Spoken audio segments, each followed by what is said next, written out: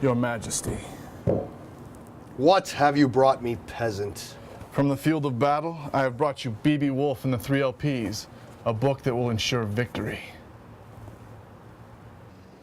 Hey everybody, welcome to One Shot Presents. Obviously we're in the medieval times, and while the king's reading this book, we recently interviewed Derek Hunter, so check this out. All right, we're here at No Brow with Derek Hunter. Derek, thanks for being on the show. Oh, thanks for having me, guys. So now, a lot of the panels you're displaying here are from your new book. I think I was reading on Gavin's Underground, you were saying that you don't really generally go the biographical route, but this is your first kind of attempt at that. What are some of your inspirations for that? You said that you like autobiographical comics. What are some of the big ones that have kind of inspired you or influenced your work here? I think the biggest one that inspired me initially was Jim Mahfood's autobiographical work that he did in Stupid Comics and some stuff that he did in his mini comics back in the mid-90s, early 2000s. And then more recently, stuff like Erica Moen's Dar comic, that's really good. Emmy Town is a really good book that I like. And I actually did a 3-page autobiographical mini comic back in 2004, and a lot of people say that like it's some of their favorite stuff I've done. So it's always been in the back of my mind that I should do it. Yeah. Awesome. Now the thing that I picked up was the Ghostbusters little cutouts. Tell us a little bit about these, because these are off the chain. Yeah, I actually did these. This was done for Lucas at Big Shiny Robot for his birthday this year.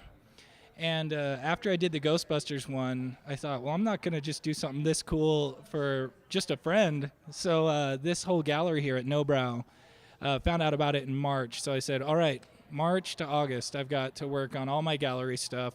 So I did a few of these, and then I got the bug to do my autobiographical comic, and these kind of went on the wayside. I was going to do a few extras. Some more will still be coming, but they've been really fun. The response to them has been really great.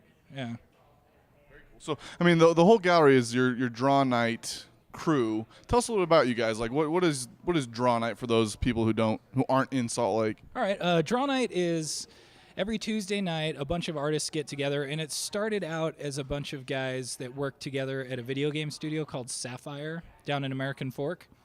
And we would just get together one night a week and draw, and it just kind of has kept going in some form or another. And we've all kind of migrated up to Salt Lake. So every Tuesday night, we come to No Brow, and we get together and draw. And it's really nice because as an artist, it's pretty solitary way of living. You know, you go to your studio, you sit down at your desk, you draw, left alone with your thoughts or your music for 8 hours a day. So to have one night a week where people who know the lifestyle and who kind of, need to get a social outlet with a bunch of other artists is really great. It's really fun. Yeah. Very cool. And I remember also I was reading that, Pirate Club comes out twice a week, right? So what else, though, besides Pirate Club and your new book, what else is on the horizon? I've actually got a website that's going to be starting up here by October for the Alternative Press Expo called Totally Rad Comics.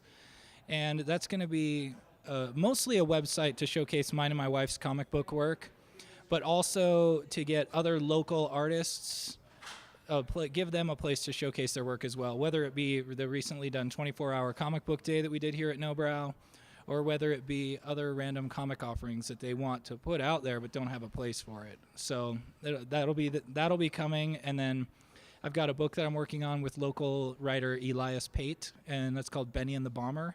And it's going to be a 6-issue full-color series. And that's the one that's a little bit more of, not a kid's book, but it's definitely more like kid-friendly. Yeah, we're kind of trying to take the Doug TenNapel Pixar approach, where it's accessible for everyone and entertaining to everyone, but also has an all-ages appeal. So, yeah. Well, we appreciate your time. If you guys haven't come down to No Brow and check out this gallery, you should. Lots of great art. So, thanks again. All right, thank you. Now that you've read the book, what do you think? Well, here's the thing. B.B. Wolf and the 3 LPs is one of the best books I've read this year. It's written by J.D. Arnold and Richard Koswalski. Sorry if I screwed that up. You're still a great artist. What this book is about is the big bad wolf is an indentured servant living on a farm that's owned by the 3 little pigs.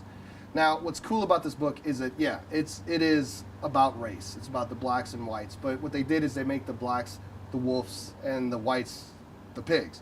and it's a really interesting twist on the story of the Three Little Pigs.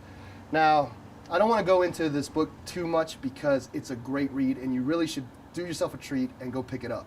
But one of the things I will say is that when the big bad wolf gets into trouble or when he's really sad, he goes to a bar and plays the blues. And one of the things that I felt in this book is that you can honestly feel the music coming through the pages. The lyrics and words are really like sad and really bluesy. And you feel bad for this wolf. Now, yeah, you feel bad for the wolf. Out of 5, I'm going to give it a 5. And if the Eisners were to choose a book for best book, this should be it. This is a great read. I really loved it. Go pick it up.